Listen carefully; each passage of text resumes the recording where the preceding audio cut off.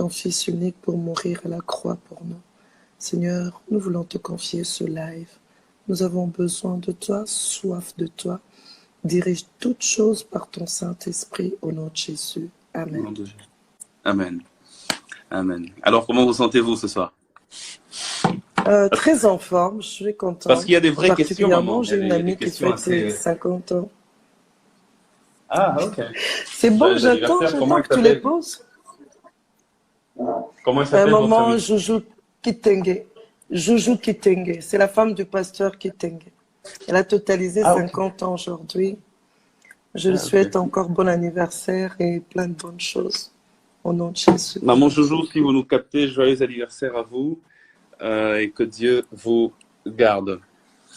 Alors maman, la toute première question, je vais me lancer directement, c'est une internaute qui a demandé à savoir comment, dans votre couple, vous arrivez à gérer la jalousie.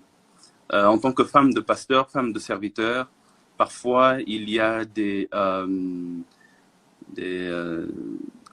il y a beaucoup de gens, hommes comme femmes, qui veulent partager le temps avec votre mari. Et il peut aussi y avoir des femmes mal intentionnées. Et vous savez qu'elles sont mal intentionnées, mais en même temps, c'est des âmes du Seigneur que peut-être seront gagnées par le ministère de votre mari ou le vôtre. Alors, comment vous arrivez à gérer la jalousie dans le couple et dans le couple pastoral? Une très bonne question. Dire que je n'ai jamais été jalouse, là, c'est faux. J'ai déjà été plusieurs fois jalouse et je sais que ça pourra encore arriver, mais c'est quelque chose qu'on est appelé à gérer. Dire qu'on ne pourra jamais... Tu m'entends, ça va? On vous capte 5 sur 5, très bien. Oui. Dire qu'on ne pourra jamais ressentir ce sentiment-là, c'est faux. Mais le plus important, c'est la gestion de ce sentiment. Alors, dans ma vie de couple, ça m'est arrivé d'être jalouse, de ressentir de la jalousie.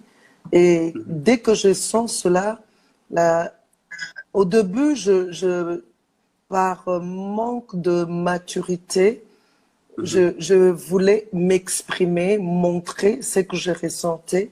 Mais avec les temps, avec la maturité qui est venue, j'ai appris à ne plus m'exposer en montrant que je suis jalouse. Je peux ressentir la jalousie. Mais au moment où je ressens cette jalousie, j'en parle à Dieu afin que le Saint-Esprit me rende capable de bien gérer. Et je regarde à la personne qui cause la jalousie. Et qu'est-ce que je fais? Je prie pour cette personne et dans la mesure du possible, j'essaye de rapprocher cette personne près de moi. Donc, un exemple. Oui, j'essaye de la rapprocher près de moi. N'est-ce pas qu'on dit, entre guillemets, qu'il faut avoir ses ennemis tout près? Pour mieux les gérer. Pour mieux les gérer. Les personnes mal intentionnées, les personnes... Il y en a qui suscitent la jalousie, qui suscitent elles-mêmes, elles provoquent cela. Elles voudraient que la femme du pasteur soit jalouse d'elle. Il y en a inconsciemment. Elle ne fait rien pour ça, mais moi, de mon côté, je peux ressentir de la jalousie. Et il y en a qui viennent avec de personnes mal intentionnées, comme je peux dire des personnes, des envoyés du diable.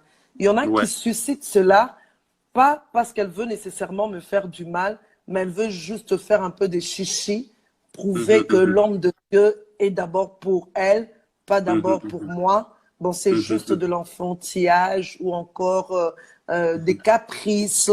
Donc, j'ai parlé de 3 sortes, de 3 catégories de personnes. Des personnes mal intentionnées, personnes qui les font consciemment et les personnes qui les font inconsciemment. Et quand j'ai parlé des personnes qui les font consciemment, ce sont des personnes pas nécessairement pour me nuire, mais ce sont des caprices, Alors, j'essaye de distinguer ces personnes, de savoir exactement. Si c'est une personne mal intentionnée, je comprends que je n'ai pas besoin de me battre physiquement. Tu vois, j'ai besoin de me battre spirituellement. Alors, je mets en prière, j'en parle à Dieu, je fais une prière de combat spirituel par rapport à ça, sans viser la personne. Je ne me bats pas contre la personne, mais je me bats contre l'esprit derrière cette personne-là. Entre-temps, je cherche à gagner cette personne à Christ, à l'avoir près de moi, à lui parler de Christ, à essayer de gérer la personne. En général, ces personnes, quand elles sont mal intentionnées, elles ne veulent pas de la femme du pasteur. Elle évite la femme du pasteur.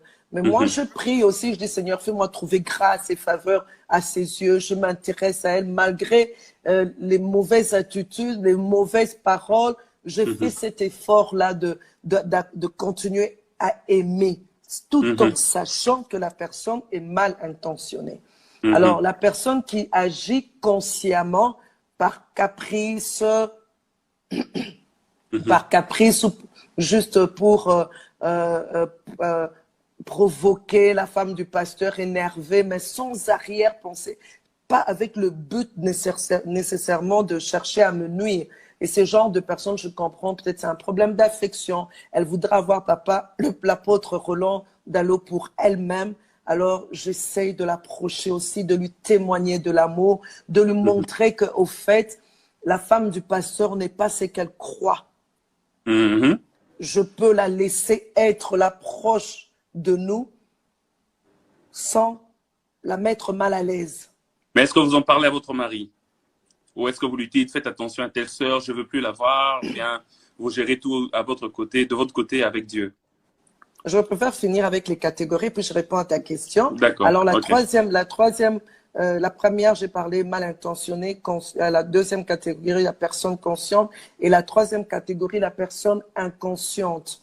Alors, cette personne inconsciente, elle vient innocemment auprès de mon mari. Mais moi, en la regardant, je ne suis pas à l'aise. J'ai l'impression que mon mari lui donne beaucoup d'attention. J'ai l'impression que mon mari... Alors, il y a la jalousie qui naît en moi sans nécessairement que la personne veuille me faire du mal, sans que la personne joue ce jeu consciemment. Moi, je commence à être jalouse. Elle prend beaucoup de temps. Mon mari, elle est tout le temps là pour les entretiens. À ce moment-là, je ne regarde pas la personne. Je regarde à moi-même. J'essaye de gérer ces sentiments en moi. Parce que je dis, Viviane, elle n'y est pour rien. C'est toi-même. Essaye de te surpasser. Je résiste à ce sentiment-là. Je résiste à cela. Je refuse ces sentiments. Alors, pour répondre à ta question, du coup, je ne parle pas à mon mari. Parce que pour un serviteur de Dieu, il est très important que le serviteur de Dieu puisse mettre en application ce verset qui dit « Garde ton cœur plus que toute autre chose. » Amen. Garde ton cœur. Je dois aider mon mari à garder son cœur. Donc, Proverbe 4:23 pour ceux qui demandent. Oui.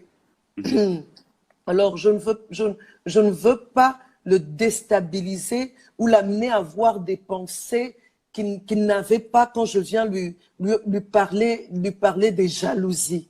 Lui, il est innocent, il est en face de ces trois catégories de personnes, ou bien il est conscient de la catégorie mal intentionnée, ou il est conscient de la catégorie capricieuse ou beaucoup de chéchés, ou il est conscient, ou il réalise que sa femme est jaloux de la catégorie de la personne inconsciente.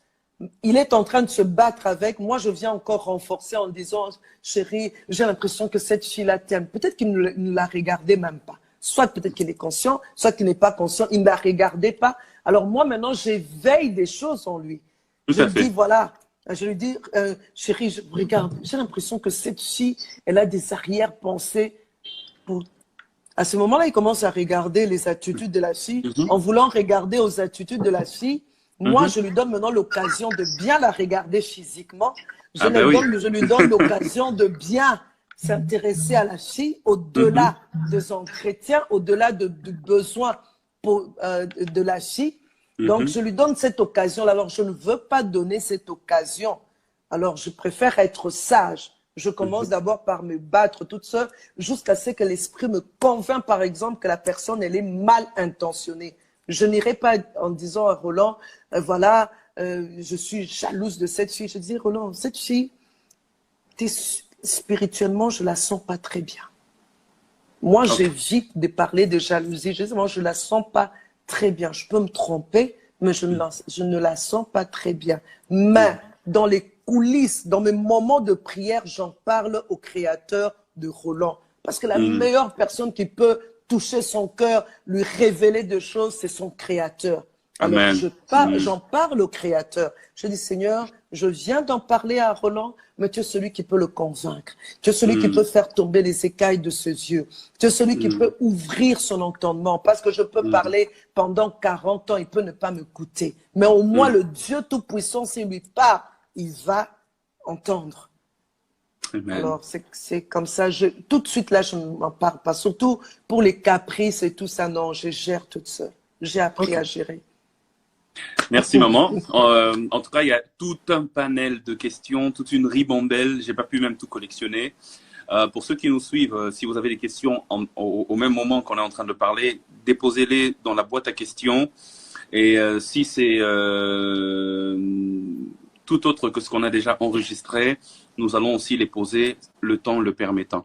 Mais pour le moment, nous sommes en train de répondre à toute la série de questions qui nous ont été posées. Une autre question, nous allons y aller directement. C'est une jeune femme qui écrit, elle dit « Maman, je suis amoureuse. Je suis amoureuse d'un jeune serviteur de Dieu qui lui aussi est célibataire. Comment est-ce que je dois me comporter? Est-ce que je dois lui dire? Est-ce que je dois attendre Dieu? Le royaume des cieux n'appartient-il pas aux violents? Comment se comporter dans ce cas? En tout cas, c'est une question qui revient souvent. Yeah. Dans mon cas, j'ai aimé mon mari avant qu'il ne puisse me le dire. Je pars de mon cas. Si je peux aider la personne. J'ai aimé mon mari. J'ai ressenti des choses avant que lui ne puisse me dire quelque chose. Mais avec tout ce que je ressentais, je ne suis pas allée lui dire « Tiens, Roland, tu vois pas, je t'aime et tout ça. » Non, non, non, non, non. Moi, je préfère que les choses soient authentiques. Si la Bible nous dit « L'homme quittera son père et sa mère s'attachera à sa femme. » Donc, d'après moi, l'homme quitte et va vers la femme. C'est arrivé, il y a eu des exceptions où la femme a tellement ressenti qu'elle a rapproché l'homme, elle a essayé de parler. J'ai un témoignage vivant.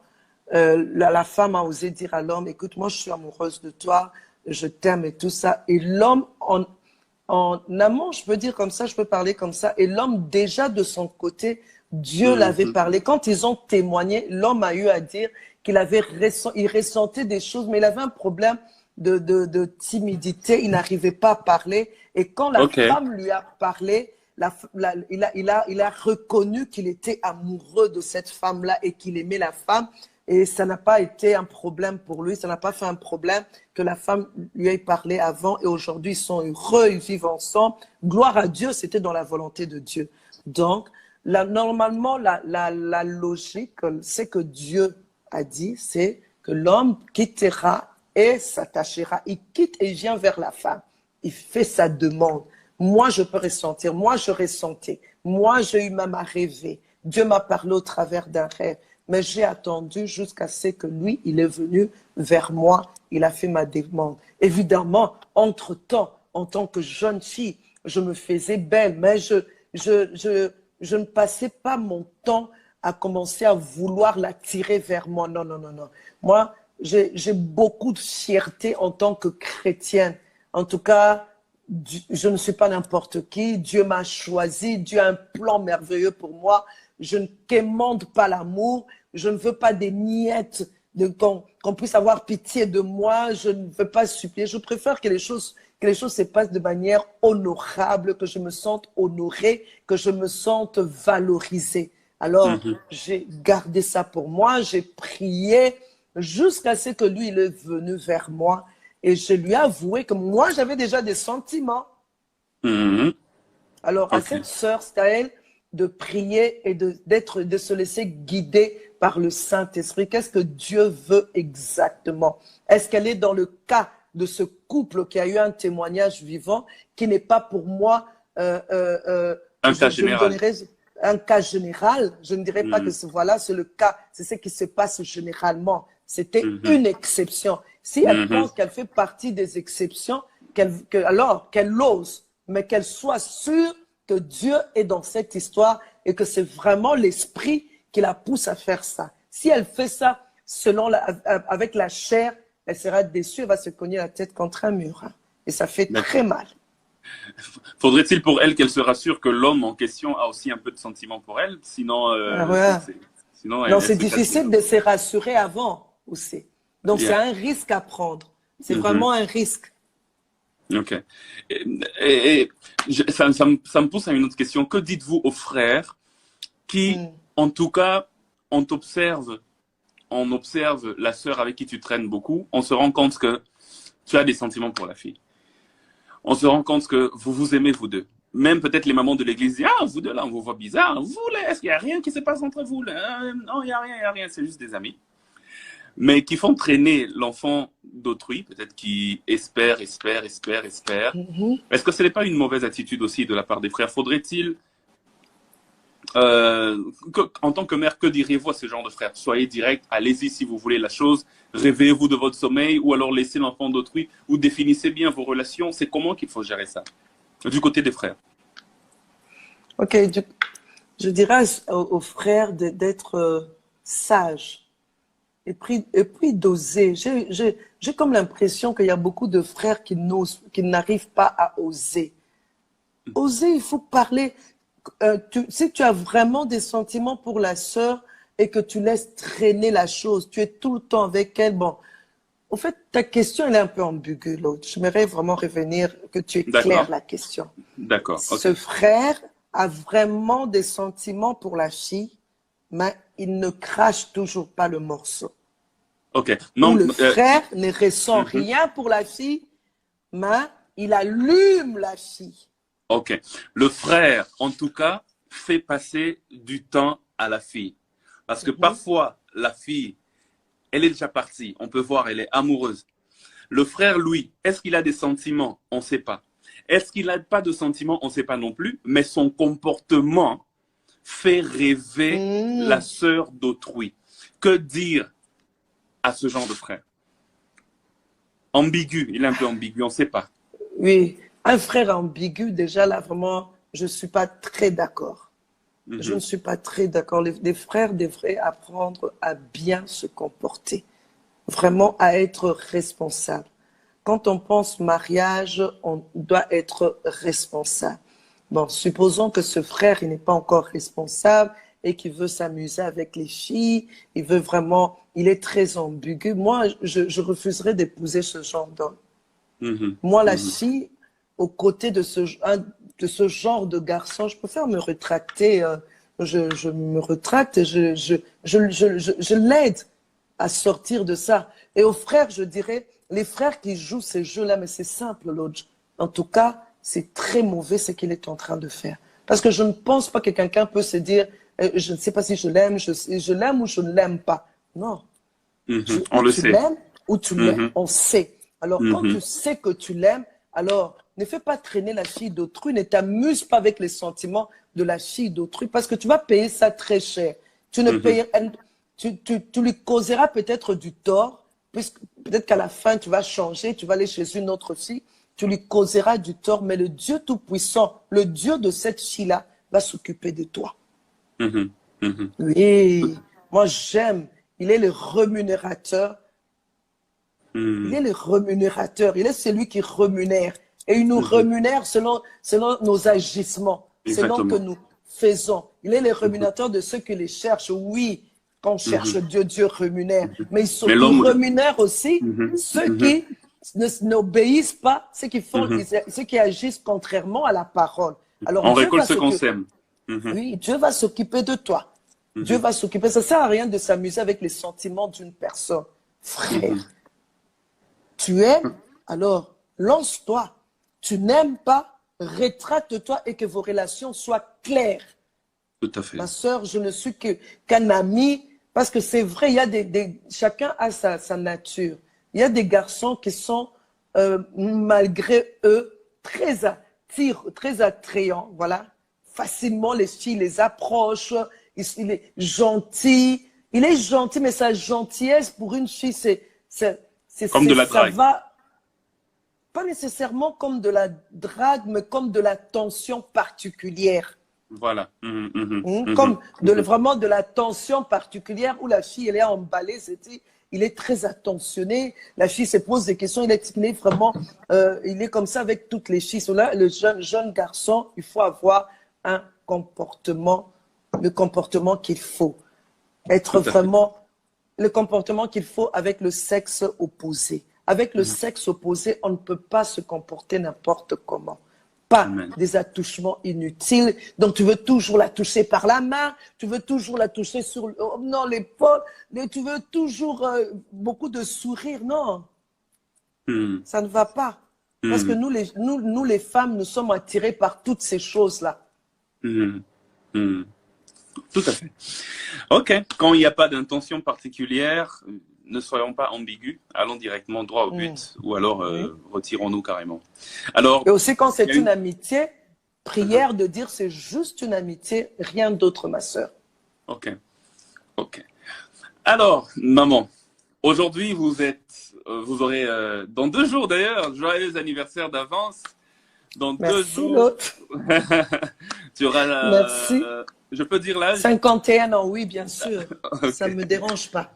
Ok, dans 2 jours, tu auras 51 ans. 51 ans quand même. Et aujourd'hui, vous avez une telle maturité, tu as une telle maturité que, évidemment, certains réflexes que tu n'avais pas, j'imagine, que tu les as développés avec le temps.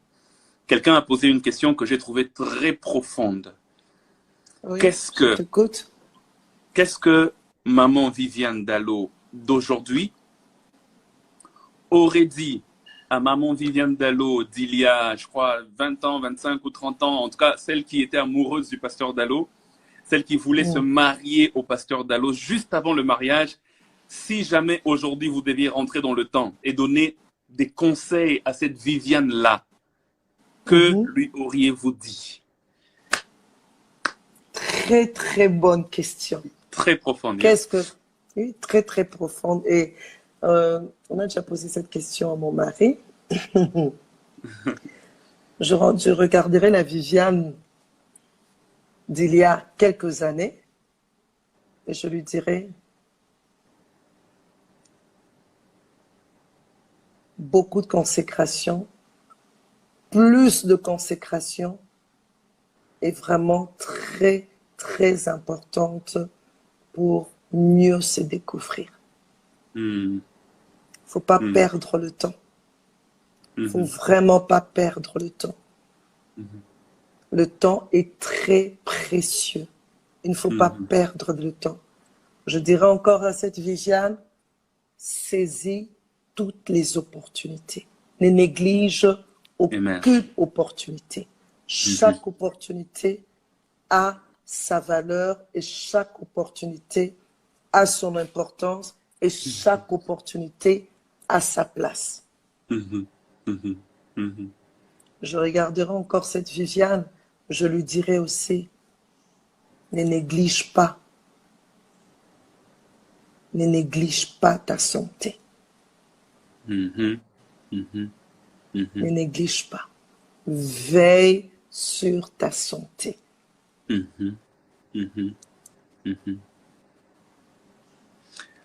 Je crois en grande ligne. Autre chose? Je crois que je peux ajouter. Qu'est-ce que je peux encore ajouter? Et je lui dirai, profite au maximum de chaque moment que Dieu te donne avec tes enfants. Ça passe vite, hein? Très vite. Très vite. Voilà. Aujourd'hui, tous tes enfants ont grandi, en tout cas. La cadette est à l'université. Oui. Et elles ont toutes plus de 20 ans, en tout cas minimum 20 ans. Ça te manque un peu le temps passé avec les enfants ou bien tu te disais, bah, j'ai hâte qu'elles partent, comme ça j'ai mon mari pour moi.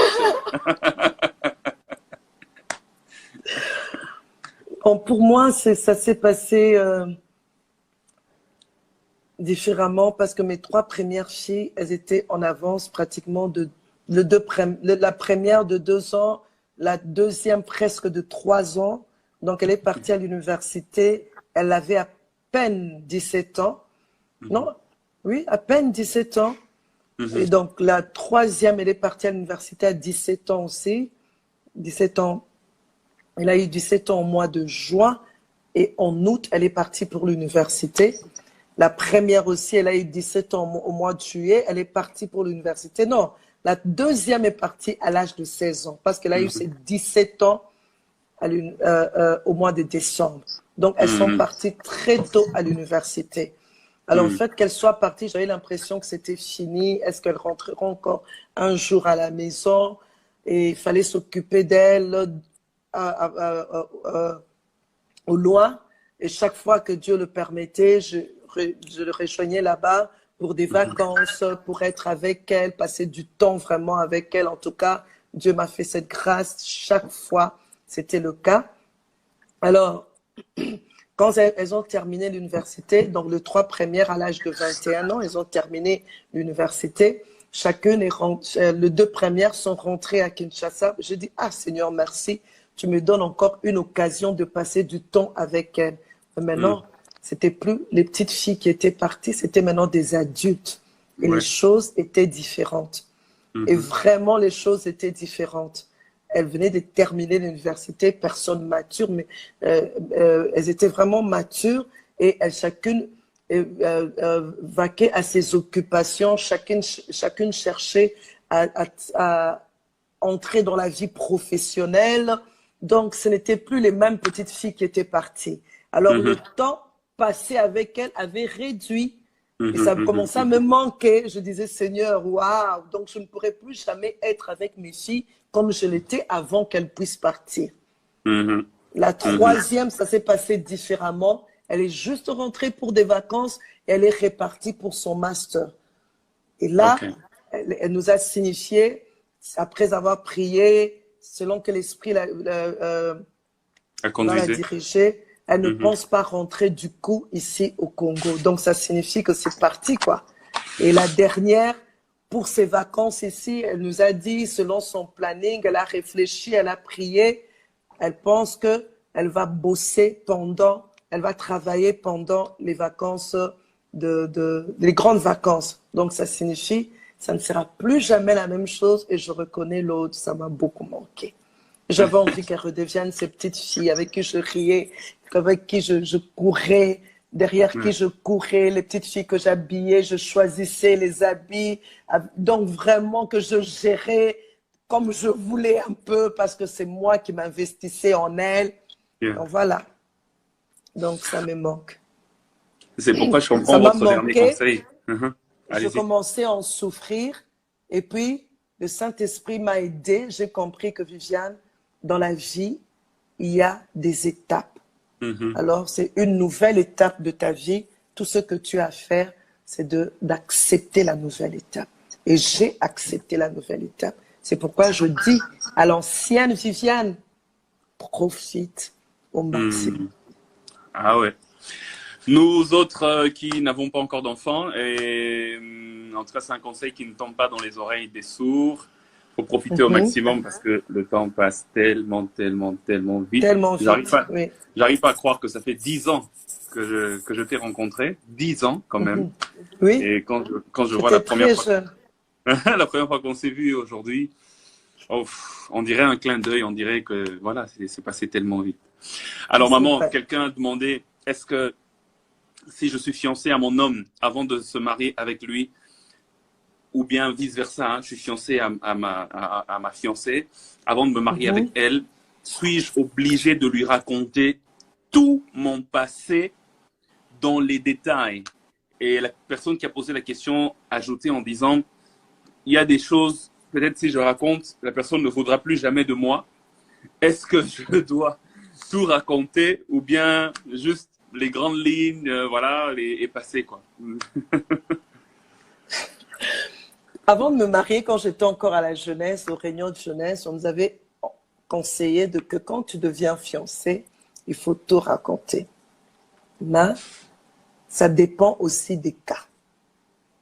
Ça vraiment, ça dépend des cas. J'aimerais vraiment insister sur ça. Ce qui est général, il faut raconter son passé à son futur mari. Parce que ça peut arriver que quelque chose se passe et qu'il soit surpris et que ça risque de créer beaucoup de problèmes. Quand on parle de raconter sa vie, c'est plus sur les choses qui auront trait à l'union de deux vies. Ouais. Vraiment à l'union de deux vies. Je ne peux pas avoir été... je suis sortie avec 10 hommes, j'ai eu à faire des avortements et je ne dis rien à mon fiancé. J'ai été arrêtée pour vol il y a des années que je ne dise pas à mon fiancé. Tu vois? Par exemple, qu'est-ce que je peux encore dire? Je suis malade, j'ai une maladie chronique que je les cache à mon fiancé. Donc, vraiment, ce sont des choses, parce que c'est l'union de deux vies. Il est très important de raconter son passé. Parce que quand on cache et que quelque chose arrive, la conscience, on perd la conscience.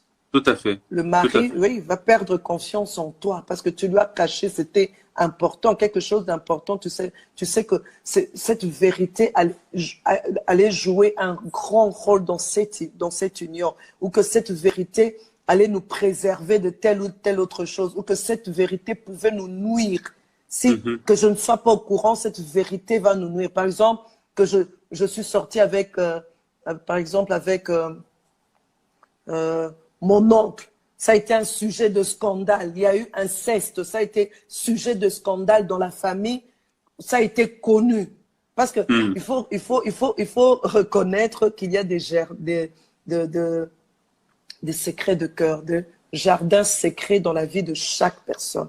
Même maintenant que j'ai 28 ans de mariage avec mon mari Roland, que j'aime beaucoup, il y a des choses qu'il ne connaît. Il ne me connaît pas à 100%.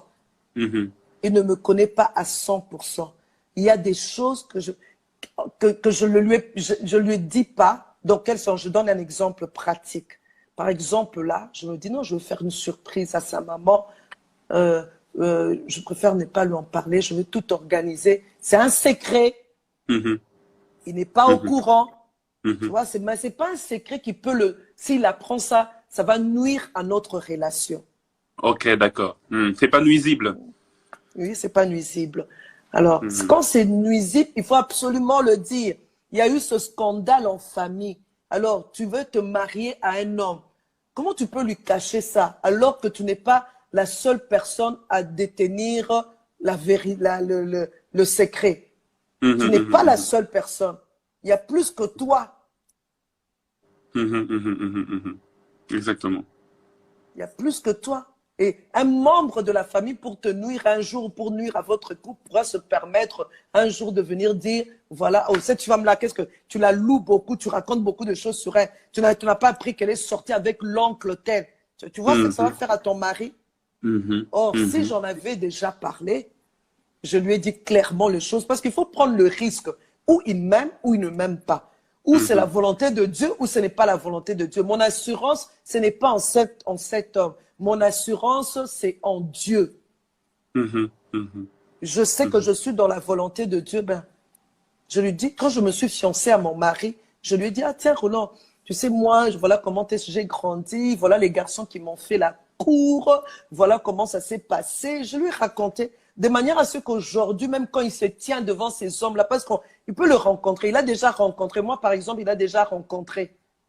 Il ne faut pas que, quand il rencontre ces personnes, ces gens lui font sentir, je sais pas moi, des gens, ces personnes sous-entendent quelque chose. Non, il est déjà au courant de tout. Oh, d'accord. Alors, dans quel cas faudrait... Ah, vous avez répondu à la question. Vous avez dit que les cas où il faut peut-être pas forcément tout dire, c'est les cas où tu sens que ce n'est pas nuisible à la relation. Mais quand ça peut être nuisible à la relation, quand ça peut ressurgir un jour, mieux vaut qu'il l'entende de ta propre bouche, peut-être même, au cas idéal, dès le départ, qu'il l'entende de ta propre bouche. Oui, bon, là, il y a un exemple qui me vient à l'esprit, qui est un secret qui n'était pas nécessaire, qui n'est pas nécessaire à partager à son conjoint ou à sa conjointe. Ce garçon est venu me voir. Maman Viviane, je suis amoureux, j'aime cette fille, vraiment, j'aimerais l'épouser et tout, mais voilà, j'en ai parlé à ma mère, mais j'ai l'impression que ma mère elle n'apprécie pas la fille. Mais maman Viviane, je suis vraiment convaincue que cette fille, elle est la femme de ma vie. J'ai posé la question encore au garçon. Tu es sûr que cette femme, elle est la femme de ta vie? Et lui, ma mère m'a même dit non, je ne veux pas d'elle. Quand ma mère a commencé à sentir que j'avais l'intention d'épouser la fille, ma mère m'a fait comprendre qu'elle ne voulait pas de la fille.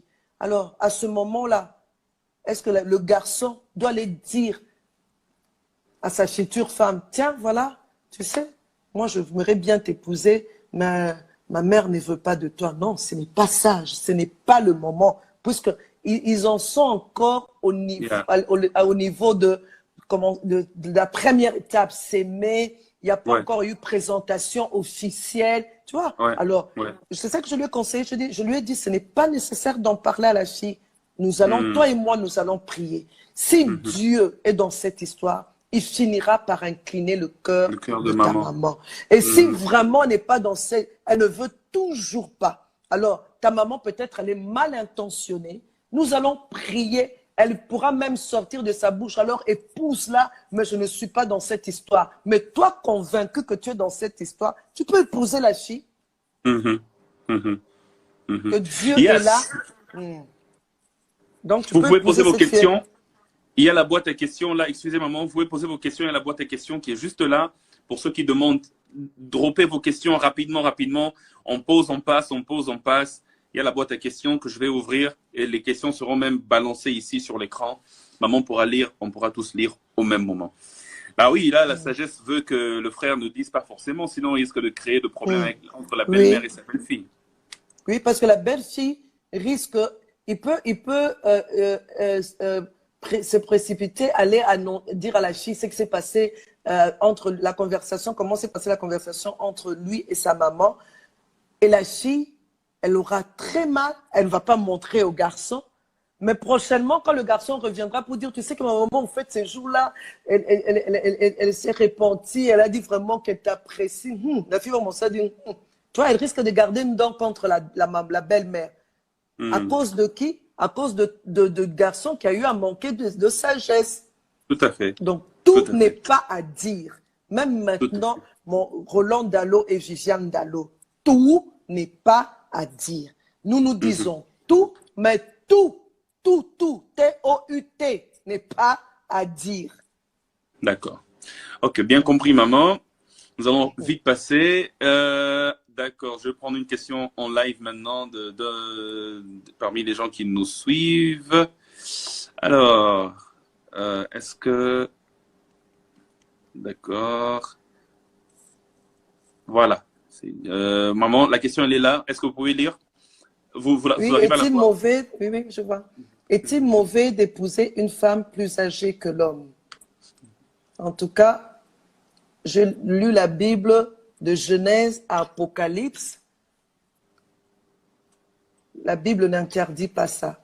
En aucun endroit, il est écrit il faut épouser une femme de son âge, ou il faut épouser une femme moins âgée, ou bien il faut épouser une femme plus âgée. C'est vrai que l'exemple courant dans la Bible, les femmes ont été moins âgées. Mais la Bible ne nous dit pas de manière claire quelle tranche d'âge qu'un homme doit, quelle tranche d'âge de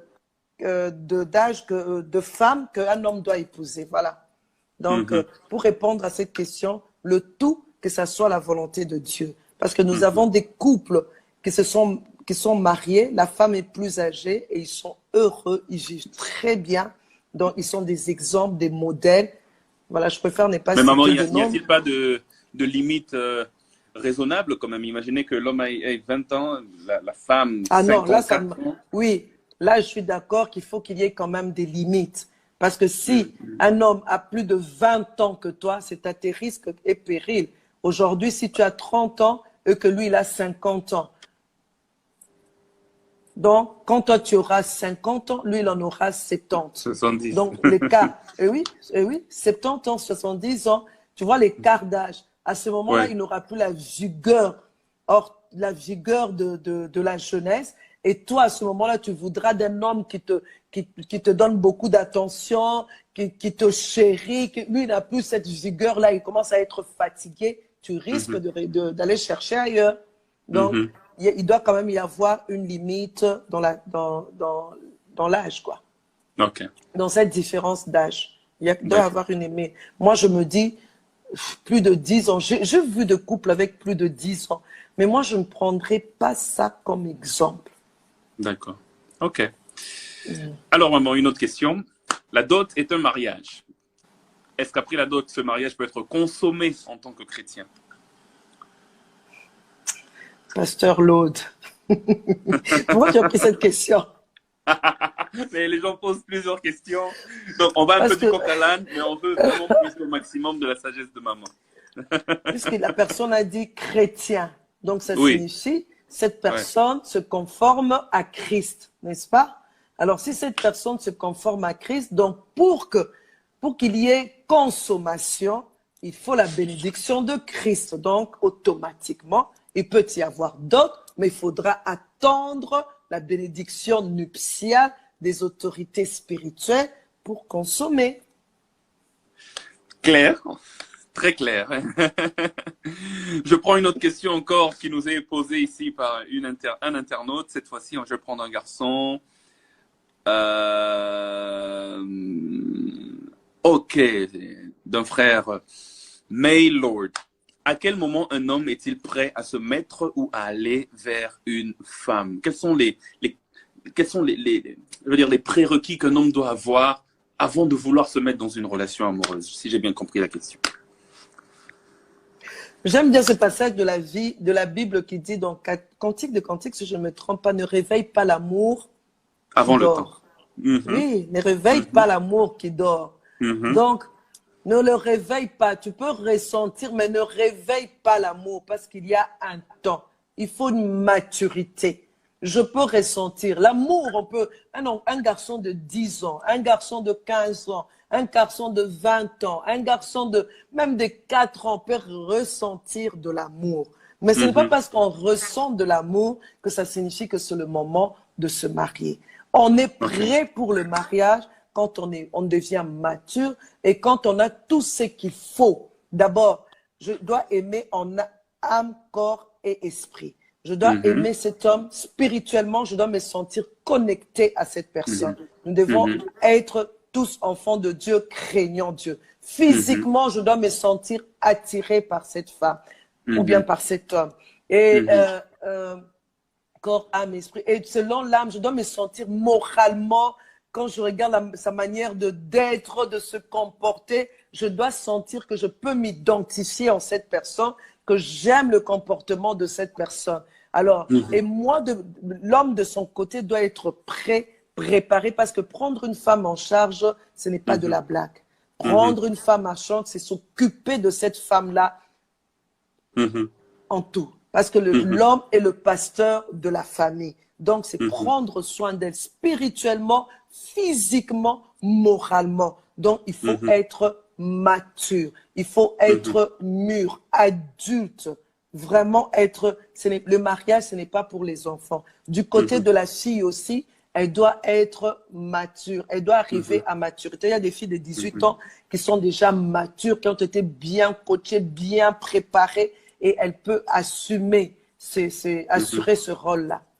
Vous pensez qu'il faut avoir un certain minimum financièrement ou bien, bon, allez, on peut se lancer et puis dire, bon, Nzamba Kosal? Il faut avoir un minimum financièrement. Bien sûr. Bien sûr. Il faut. Je ne suis pas pour ces frères qui veulent, quand ils veulent se marier, ils font circuler beaucoup de faire-part. Aidez-moi, ma dot, aidez-moi. Ça va, l'autre? J'ai bu de travers. Désolée. Ça va mieux? je ne veux, je faire part, compter sur les gens pour l'argent de la dot, compter sur les gens pour l'organisation de la fête. Non, un mariage, ça se prépare. Un mariage, ça se prépare. Et on se marie selon ce moyen, on ne se marie pas en comptant sur les moyens des autres. Et quand on se marie, c'est pour prendre une femme en charge. Ce n'est pas pour que les parents prennent la femme en charge ou que les parents prennent ta femme en charge ou que les amis ou que on se prépare pour cela. Donc, il faut un minimum financièrement. D'accord. Alors, je prends encore une question avant de revenir dans les questions qui étaient posées bien avant ce soir. Je prends la question d'Ilan. Comment, maman, as-tu géré ta relation à distance avec papa lorsqu'il voyageait le plus sans toi? Avant que ça ne puisse se passer, merci pour cette question, merci Ilan. Avant que ça ne puisse se passer, nous avons eu à parler. Déjà, quand nous étions fiancés, après avoir observé certains couples pastoraux, mon mari, il m'a fait comprendre que il préfère que pour nous, ça ne soit pas le cas où le couple voyage à tout moment ensemble quand les enfants sont en bas âge. Alors, nous nous sommes mis d'accord. C'est cela, le dialogue est très important dans le couple. Le dialogue est vraiment très important. Nous nous sommes mis d'accord, nous avons dialogué. Il m'a fait comprendre que c'était important pour moi de rester, de m'occuper des enfants, parce que lui et moi, nous n'avions pas voulu que ce soit les tierces personnes qui puissent impacter nos enfants. Nous voulions nous-mêmes d'abord impacter nos enfants. Alors, j'étais d'accord avec lui, avec mon consentement. Quand le moment de voyager seul est arrivé, je l'ai laissé chaque fois partir seul. Mon mari et moi, nous avons toujours été en contact. Mon mari appelle beaucoup, mon mari écrit beaucoup, on se crie, on est vraiment en contact. Je reste en prière et lui aussi là-bas, il se comporte en bon chrétien. Et j'essaye d'expliquer aussi aux enfants, voilà, papa est parti pour telle ou telle autre raison et papa reviendra telle date, prions pour lui et voilà quoi. Alors, je reviens à une question qui m'a été posée bien avant le live parce qu'on avait demandé aux gens de poser leurs questions en avance. Il y en a qui sont en train de les poser maintenant pendant le live et ça apparaîtra à chaque fois sur notre écran si je sélectionne la question. Mais bon, je ne vais pas aussi mettre à l'écart les personnes qui avaient posé les questions avant. Alors, je reviens sur mon email. Maman, aujourd'hui, il y a plusieurs jeunes couples mariés, pasteurs ou chrétiens seulement, avec moins de 3 ans de mariage, mais qui se lancent vite dans le coaching des autres couples, avec des thèmes tels que comment trouver le bonheur dans le mariage. Est-ce que vous pensez que c'est trop tôt, c'est trop prétentieux? Y a-t-il un âge ou une année, un nombre d'années requis de mariage avant de se lancer dans le coaching des autres couples? Ou n'importe qui vient de se marier il y a 6 mois peut déjà commencer à devenir coach expert des couples? Bon, c'est vrai que la normale serait que les personnes qui ont plus d'expérience puissent coacher les jeunes mariés. Ouais. Mais je crois que Dieu peut doter des gens d'un talent, d'une capacité exceptionnelle pour encadrer les autres couples. Alors, il faudra vraiment que cette grâce soit là. Dieu peut faire une grâce exceptionnelle à de jeunes couples, leur rendre capables avec une sagesse exceptionnelle pour encadrer les couples. Mais la normale serait que ceux qui sont plus expérimentés et qui ont cet appel-là puissent faire ce travail. D'accord. Merci, maman. Alors, une jeune dame, femme de pasteur, a écrit en disant que son époux est pasteur. C'est aussi son époux. Donc, c'est son pasteur parce qu'ils ont une église. C'est aussi son père spirituel. Déjà, avant qu'ils ne deviennent mari et femme, leur relation avait commencé déjà comme père et fille spirituelle. Comment gérer cette relation complexe? Parce que parfois, il est difficile de s'ouvrir à lui comme père spirituel quand tu as des problèmes spirituels. Parce qu'en même temps, tu sais qu'il est ton époux, en même temps, tu sais qu'il est ton pasteur, il y a plusieurs casquettes différentes et parfois c'est difficile à gérer. Quel conseil pourrez-vous donner à cette jeune femme? Tu peux reprendre la question, s'il te plaît? La femme d'un pasteur qui est en même temps, et je pense que c'est peut-être aussi ton cas,